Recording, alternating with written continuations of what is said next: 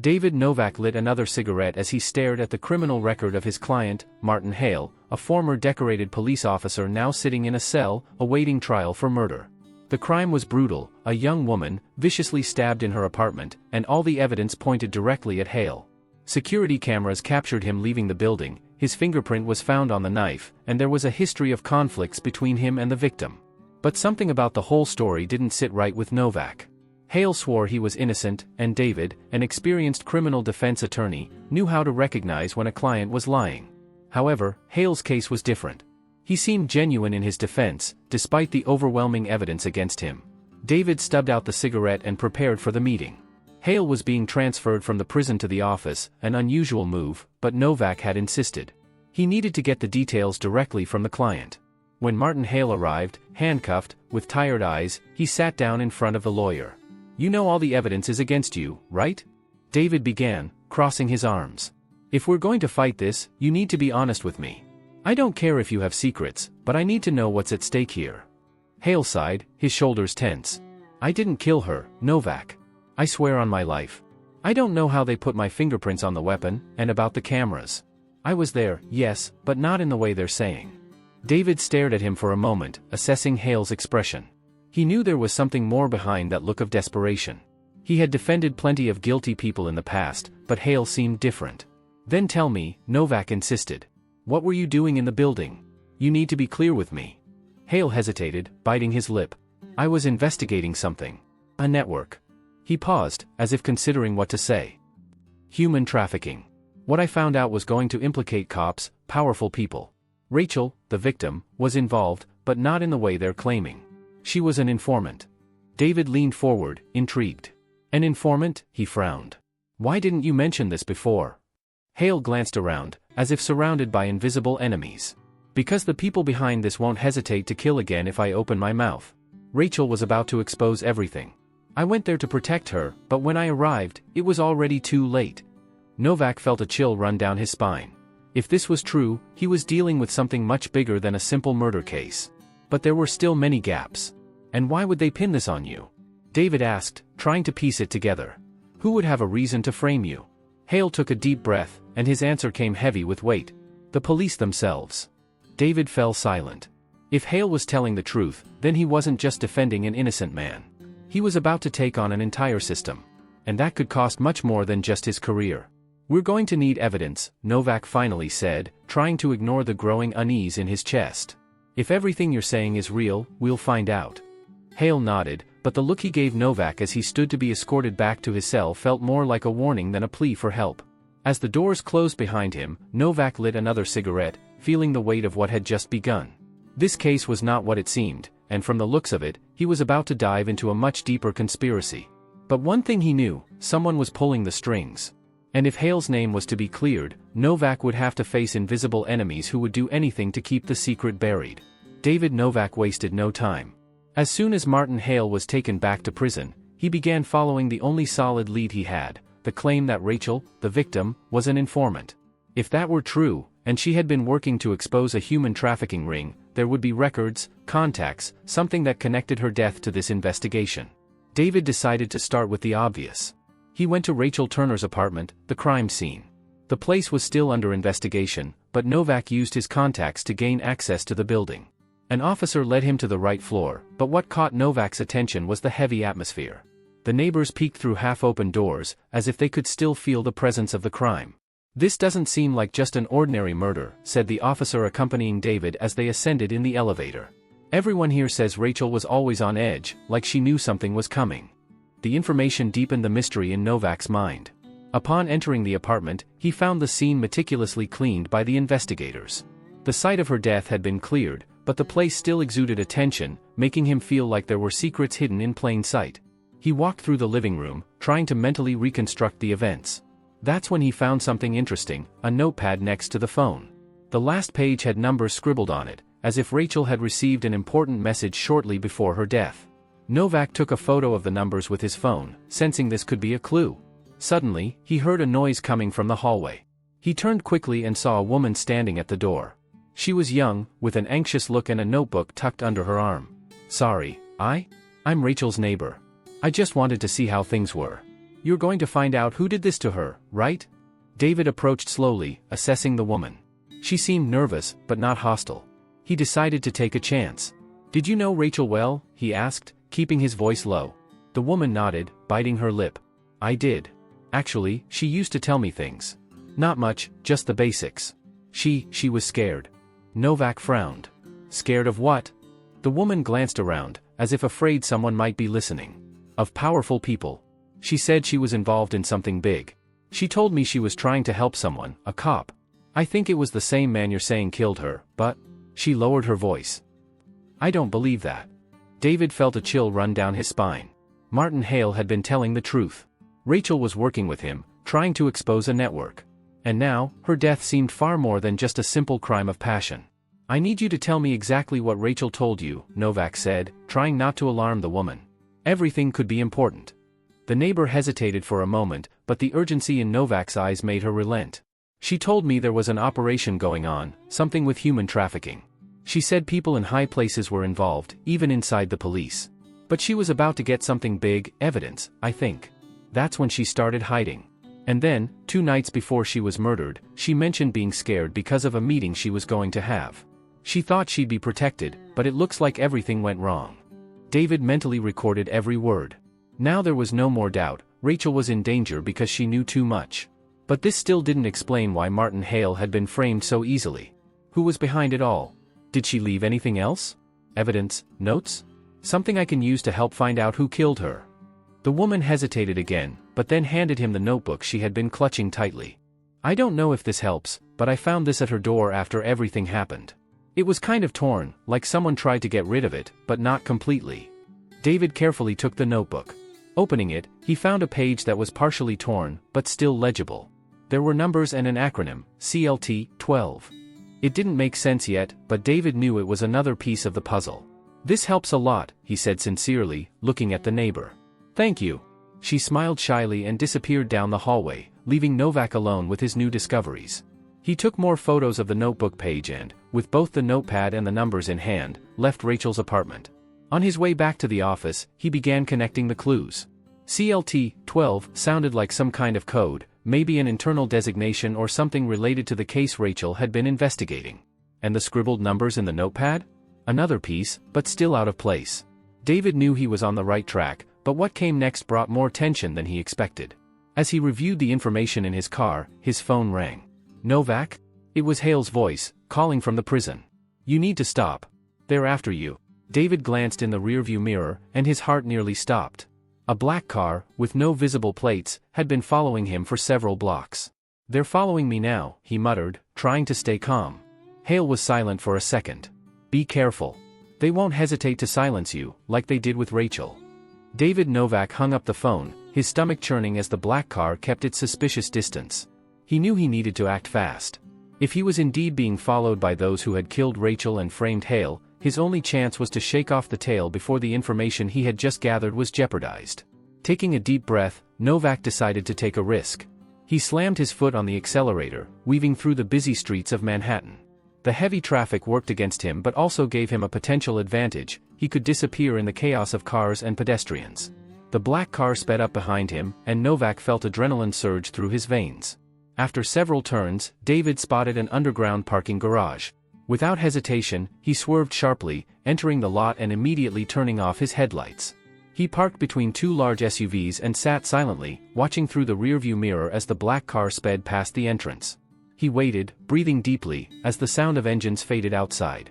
There was no time to waste. He knew the pursuers would be back.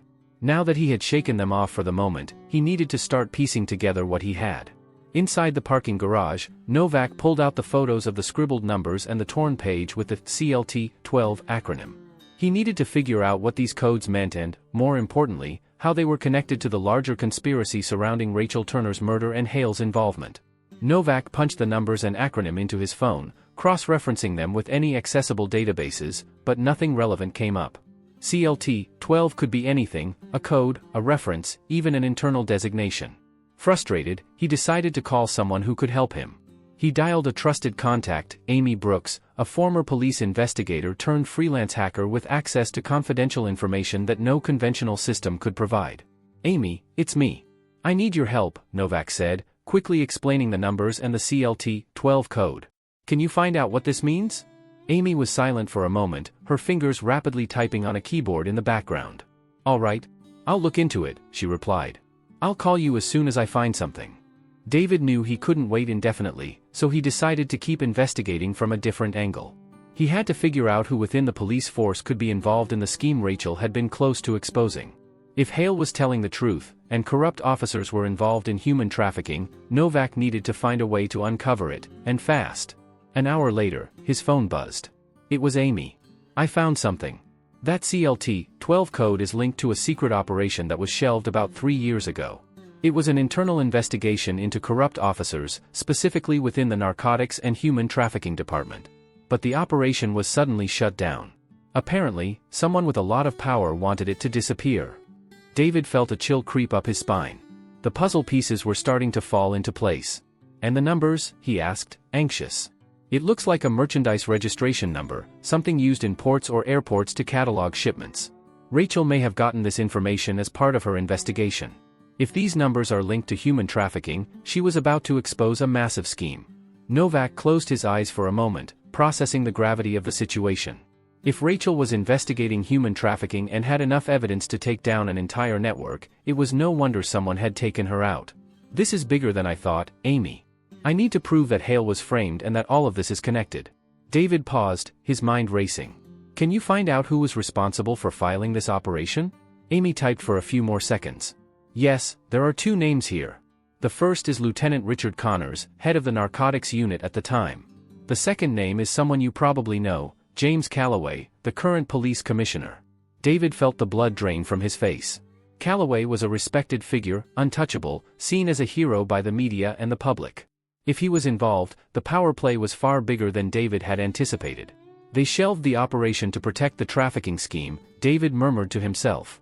Calloway and Connors made Rachel look like a random victim, and Hale was the perfect scapegoat. Amy interrupted his thoughts. Novak, be careful. If Calloway's involved, he has enough power to bury you before you can expose this. I suggest you don't act alone. David nodded, hanging up the phone. But he knew he didn't have a choice. He was alone in this investigation, and the only way to survive was to confront the true face of corrupt power head-on. Knowing he had to act fast, Novak drove straight to Calloway's office. He knew confronting the police commissioner wasn't the safest option, but it was the only way to force the truth to come out. On the way, his phone buzzed again. A message from Hale, straight from prison. They know what you found out. They're coming after you now. Novak felt his heart race. The net was closing in. And the only way out was to take down the enemy before they got to him. David Novak parked a few blocks away from Commissioner James Calloway's building, his heart pounding. He knew he was stepping into dangerous territory, but if he wanted to save Martin Hale and expose the trafficking network, he had to act now. The pieces were falling into place. Rachel Turner had been about to take down a human trafficking ring with solid evidence, and Calloway, alongside Connors, had been responsible for burying the investigation and probably ordering her death. As he walked through the bustling streets of Manhattan, Novak mentally reviewed his next steps. Confronting Calloway would be risky. A man with that much power wouldn't hesitate to silence someone who was getting too close to the truth. Still, David was determined. When he arrived at the commissioner's building, he was greeted by a secretary who, visibly tense, said that Calloway was in a meeting and couldn't see him. But David wasn't willing to wait. He looked at the receptionist and, with a firm voice, said, I know about CLT-12 and Connor's involvement. If he doesn't see me now, I'll make it public. The secretary froze for a second, and before she could respond, the phone on her desk rang. She answered, exchanged a few brief words, then hung up and looked at Novak with a mixture of relief and apprehension. The commissioner will see you now. Novak entered Calloway's spacious office, his heart racing. Calloway sat behind an imposing mahogany desk, his cold gaze fixed on Novak. Attorney Novak, to what do I owe the pleasure of this visit? Calloway's voice was controlled, but the tension in the air was palpable. David stepped closer, trying to maintain his composure. I'm here because of Martin Hale. I know he was framed, and I know Rachel Turner was about to expose a human trafficking ring. A ring that you, Commissioner, helped cover up. Calloway leaned back in his chair, never breaking eye contact. You've got guts, Novak, coming here to accuse me without evidence. If I were you, I'd be very careful with what I say. David wasn't intimidated. He laid Rachel's notebook photos and the scribbled numbers on the desk. CLT-12. Rachel was investigating this when she was killed. I know what it means, and I know that you and Connors shelved the operation to protect that trafficking network. Hale was the perfect scapegoat, but now the truth is starting to come out. If I get this evidence to the press, you won't be able to hide behind your position." Calloway laughed, but it was a dry, humorless laugh. He stood up slowly, walking toward the window. "Do you think the truth matters, Novak?" he said, without turning around. "Do you think you can expose a man like me and live to tell the tale? I've controlled bigger cases than this. You have no idea who you're dealing with." David felt a chill run down his spine. Calloway wasn't bluffing. He was a dangerous man, capable of manipulating the system to his advantage. Still, Novak knew he couldn't back down now. "Maybe you're powerful enough to bury cases, Commissioner, but what you don't understand is that you've already lost control. Rachel's investigation is coming to light. And now, with everything I know, I'm going to make sure her name isn't forgotten. I'm going to clear Hale's name too." Calloway slowly turned, his eyes glowing with barely restrained fury. "You're playing with fire, Novak. Men like me have resources you can't even imagine. If you keep pushing this, I promise you, your career, your life, everything you know, will disappear. I will destroy you."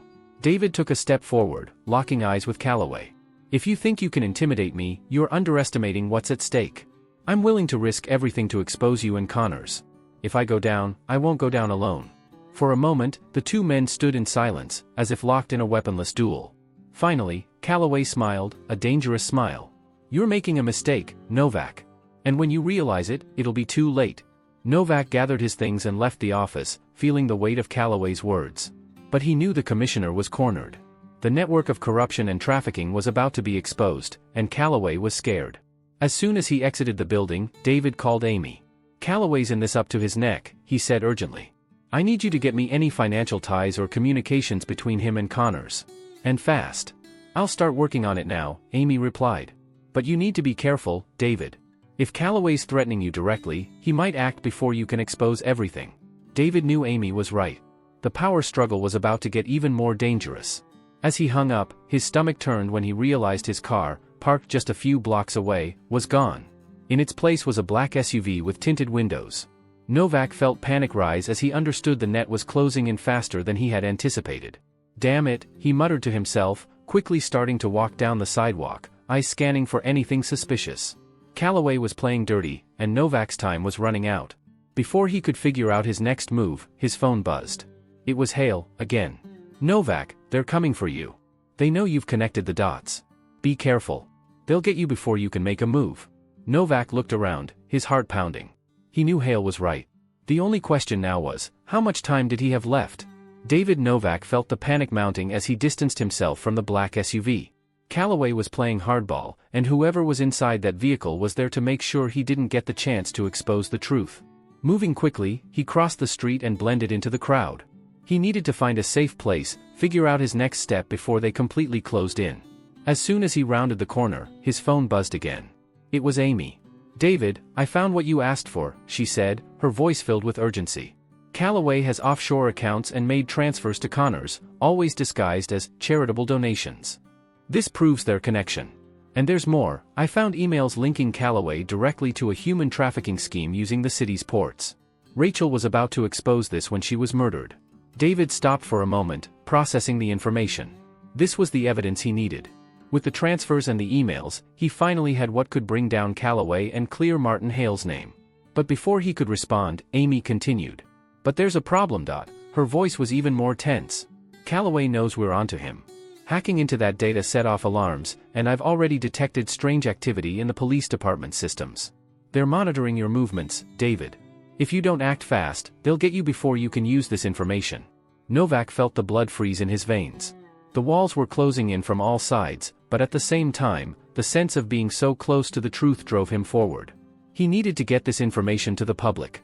Calloway and Connors could no longer operate in the shadows. "Amy, send this data to every trusted contact you have," Novak said. "We need to expose this to the press before it's too late." "I'll do it now," she replied. "But if Calloway acts first, he could suppress everything. You need to stay safe." Novak hung up, knowing that his next decision was crucial. He needed an escape plan and a safe place to hide until the information was leaked. But above all, he needed one more piece to ensure Calloway and Connors would be taken down, someone on the inside, who could be forced to confess or cooperate. At that moment, one name surfaced in his mind: Lieutenant Richard Connors. If he could confront Connors and force him to talk, he could use the confession to tie up all the loose ends. But that meant finding him before he disappeared. David knew where Connors liked to go when he wanted to avoid being found. A discreet bar in Brooklyn, where cops went to escape the heat. Without wasting any time, Novak hailed a cab and headed straight there, his heart pounding faster with each passing minute. When he arrived, the place was dimly lit, with cigarette smoke and the smell of alcohol filling the air. Connors was sitting in a corner, alone, a glass of whiskey in front of him. He looked thoughtful, but there was a hardness in his eyes that showed he knew his world was crumbling. David walked over to the table, sitting down without being invited. Connors looked up at him, surprised but not frightened. "Novak," Connors said with a bitter smile. "Took you long enough. I've heard you've been poking around where you shouldn't." David didn't hesitate. "I know about you and Calloway. I know you buried the human trafficking investigation to protect your operation. And I know Rachel Turner died because she was about to expose you. Now, you've got two choices: confess and help take down Calloway, or I'll make sure you go down with him." Connors laughed, but there was no humor in his voice. "Do you really think you can threaten me, Novak? Calloway is untouchable. And you're already halfway to the grave. He'll get to you before you can do anything with your so-called evidence." David didn't flinch. He leaned forward, his eyes locked on Connors. "You know as well as I do that Calloway won't hesitate to leave you behind when this blows up. He'll sacrifice you to save his own skin, and you know it. If you cooperate with me, I can at least make sure you survive this. Otherwise, you'll go down with him." Connors was silent for a moment, his gaze hardening. He knew David was right. Calloway was a survivor, and when things got tight, he wouldn't think twice about betraying Connors to protect himself. Finally, Connors sighed, defeated. "What do you want me to do?"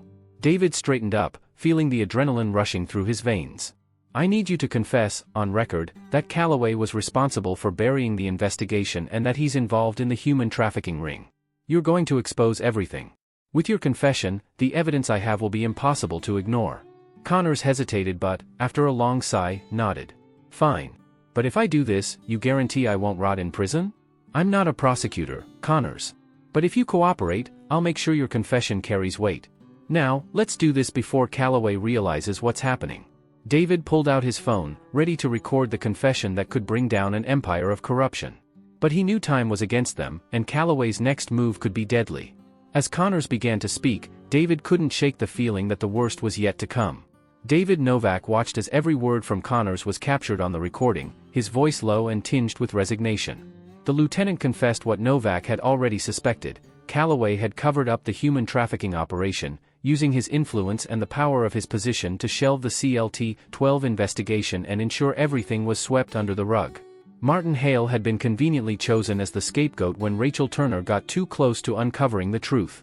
Calloway knew Rachel was investigating the network, Connors said, his eyes fixed on the empty glass in front of him. "When she started gathering enough evidence to take him down, he had me make sure she was silenced. And Hale, well, he was perfect. He had a clean record but was involved in the investigations with Rachel. We knew he'd be an easy target to frame." Novak felt a mix of disgust and relief. Connors' confession was the final piece needed to tie the case together. But he couldn't lower his guard yet. Calloway was still in control, and time was running out. "This is enough to take Calloway down," David said, stopping the recording and slipping his phone into his pocket. "But we need to move fast. He won't sit idle once he finds out you've turned on him." Connors shook his head, his eyes now heavy with guilt. "He probably already knows. Calloway has eyes everywhere. You think you shook off whoever was tailing you?" Connors gave a bitter laugh. "He's already 2 steps ahead of you, Novak. If I were you, I'd leave town before he catches up." David pressed his lips together, feeling the weight of the threat. Calloway was a master at controlling things from behind the scenes, and Connors was right, he wouldn't wait around to be taken down. Novak needed to expose everything immediately. Without wasting any more time, Novak hurried out of the bar, leaving Connors behind in the haze of cigarette smoke and the noise of the patrons. He rushed to the street, flagged down the first cab he saw, and dialed Amy on the way. "I got Connors' confession. He gave up everything. Calloway's neck deep in human trafficking and Rachel Turner's murder. I'm sending you the recording now, and I need you to get it to the press and all our contacts immediately. We're out of time." "Got it, send it over," Amy said, her voice tense on the other end. "But, David, something's wrong. I just got an alert, there's an arrest warrant out for you. Calloway's accusing you of obstruction of justice and conspiracy. They're coming for you." Novak's stomach twisted. Calloway had moved first. The system was being used against him, and now the police were after David, not as an attorney seeking justice, but as a man accused of serious crimes. Damn it! David muttered, the tension tightening every muscle in his body. It's already happening. He's using the system to silence me before I can expose the truth. I need to get out of here, now. I'll get the information out as fast as I can, Amy assured him. But if you get caught, Calloway might manage to suppress everything before the evidence gains traction. Stay out of sight. I'll let you know as soon as the media starts running with it. Hanging up the phone, Novak knew he was on his own. He couldn't trust anyone from the judicial system or the police. The enemy was everywhere, and now he was a wanted man. The taxi stopped near an abandoned parking lot, where Novak got out, trying to hide until the information was published. As he walked between buildings, he felt the eyes of everyone around him. Anyone could be working for Calloway. One small mistake, and he'd be in the hands of the corrupt commissioner. At the end of an alley, he leaned against a wall, trying to catch his breath. He grabbed his phone and sent Connor's recording to Amy, then erased any trace that could lead back to him. Now it all depended on how long it would take Amy to leak the information. But before he could calm down, the sound of screeching tires caught his attention. A black SUV pulled into the alley, and when the doors opened, Novak knew it was the end of the line. Two men stepped out of the car, both armed, with cold, calculating looks. David Novak, one of them said, his voice sounding like a death sentence. Commissioner Calloway wants a word with you. David took a step back, cornered. He glanced around, but there was no easy way out. He was about to face Calloway's thugs directly, and he knew that if he was taken, he wouldn't make it out alive. But then, his phone buzzed with a message from Amy, information released. The media is all over it. Now it's just a matter of time. David felt a wave of relief mixed with fear. Calloway might try to silence him, but now the public knew about the conspiracy. Connor's confession and Amy's evidence were in the hands of the press. Calloway's power was crumbling, and he knew it. But the men in front of him were still a looming threat. You can take me, but it's already out, Novak said, his voice steady despite the fear. Calloway's name is all over the news now. And when he goes down, you're going down with him. The men exchanged glances, hesitating. They knew the damage was done. The hesitation was all David needed. In a swift move, he ran to the other side of the alley, while the men shouted after him but didn't shoot. Novak knew they'd been ordered not to cause a scene. Calloway wanted him to disappear quietly, but it was too late for that now. David ran through the streets, feeling a mix of relief and adrenaline. He had made it, but the fight wasn't over yet. Calloway and his men were still out there, but their power was slipping through their fingers. As he fled, David knew that the big turning point had finally arrived. Now, it was only a matter of time before the entire corrupt empire collapsed. David Novak ran through the dark streets of Manhattan, the sound of Calloway's henchmen's footsteps echoing in the distance. He knew he didn't have much time, but he also knew that the tide of the battle was about to shift. The information was already in the hands of the media, and Calloway, the untouchable man who had controlled the shadows for so long, was about to fall. Finding refuge in a small 24-hour laundromat, Novak hid among the machines, peering through the dirty windows as the black SUV slowly passed by on the streets. The henchmen were searching frantically, but they knew the net was tightening around them. With nerves on edge, David grabbed his phone and sent a message to Amy, I managed to shake them off. How long until the case blows up in the press? A few minutes later, her response came, it's in all the major papers. They're already calling for internal investigations at the police department. Calloway is cornered. David sighed in relief. The first step had been taken, but he knew there was still one obstacle left, Calloway. The commissioner wasn't going to give in without one last move, and Novak would need to be ready for whatever came next. That very night, chaos overtook the media and the police department.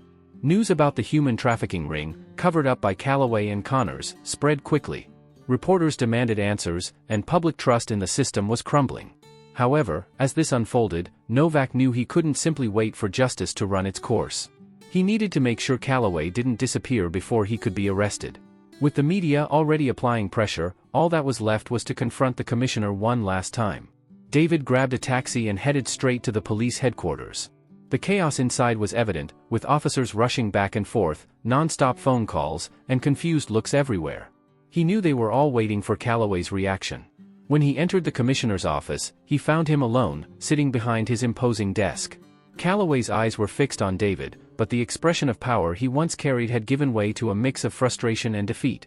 Novak, Calloway said, his voice low but laced with bitterness. I warned you. I told you that you were digging your own grave. David stood his ground, a mix of anger and relief surging as he stared at the man who had caused so much suffering. "And you thought you were above it all," David replied, his voice steady. "You thought you could control the system, that you could cover up your crimes forever. But no, Calloway. Now, the world knows who you really are." Calloway slowly stood up, walking over to the window with his hands behind his back. Outwardly, he seemed calm, but David could feel the tension in the air. "Do you really think this is going to change anything?" Calloway said, turning to face Novak. "You think that just because you exposed some evidence, the system will turn on me? I've controlled this city for years, Novak. A handful of journalists won't be enough to bring me down." David stepped forward, his gaze sharp. "You're finished, Calloway. Connors confessed, the evidence is everywhere. And now, with all this pressure, you have nowhere left to run. Your career, your life, everything you've built is about to fall apart." Calloway narrowed his eyes, his expression finally revealing a flicker of fear. He knew the truth was out, but even so, his arrogance wouldn't let him accept defeat. "Maybe," he muttered, returning to his desk. "But you've gone too far, Novak. You won't walk away from this unscathed." Before David could respond, the office door swung open abruptly. Internal affairs officers entered, guns drawn, and Calloway was finally arrested. The commissioner kept his composure, but David could see he was shattered inside. As the officers cuffed Calloway, he shot one last look at Novak, a gaze filled with equal parts hatred and helplessness. "This isn't over yet," he mumbled. David watched silently as Calloway was led away. He knew the commissioner's words weren't just an empty threat. The system Calloway had ruled for so long was still riddled with cracks, but the fall of such a powerful man was a significant step in the fight for justice. When it was all over, David walked out of the building, feeling the weight of the past few weeks finally begin to lift. He pulled out his phone and called Amy. "We did it," he said, his voice tired but satisfied. "Calloway's been arrested. Now it's just a matter of time before everything falls into place." Amy smiled on the other end of the line. "I knew you'd pull it off. The press is going wild. This scandal is going to echo for years. And Hale? Is his case being reopened?" "Yes. Martin Hale will be exonerated. He was innocent from the start, but now the whole world will know it." After hanging up, David stood in silence for a moment, reflecting on the long road he had traveled. He knew that the fight for justice never truly ended, but this was a moment of victory, not just for him, but for everyone who had been silenced by the corrupt system. As he walked through the streets of Manhattan, Novak finally breathed a sigh of relief. Commissioner Calloway was out of the picture, the truth had prevailed, and though the system still had its flaws, David knew that tonight, he had won the biggest battle of his life. Now, put yourself in Commissioner Calloway's shoes. For years, you controlled the system, bending the rules in your favor, backed by a network of powerful allies who shielded you. You believed you were above the law, untouchable. But what if, suddenly, everything began to crumble? If every decision you made, the crimes you covered up, the lives you destroyed, came to light? What would you do to protect yourself? How far would you go to keep control and avoid ruin? Would you sacrifice anyone to save your own skin? How far would you go to avoid being taken down by someone like Novak? Is power truly irresistible, corrupting even the most principled of men? Leave your comment. If you were Commissioner Calloway, what would you do? Would you give up or fight to the very end to keep your corrupt empire intact? Don't forget to subscribe to the channel and hit the notification bell for more intense legal thrillers filled with moral dilemmas.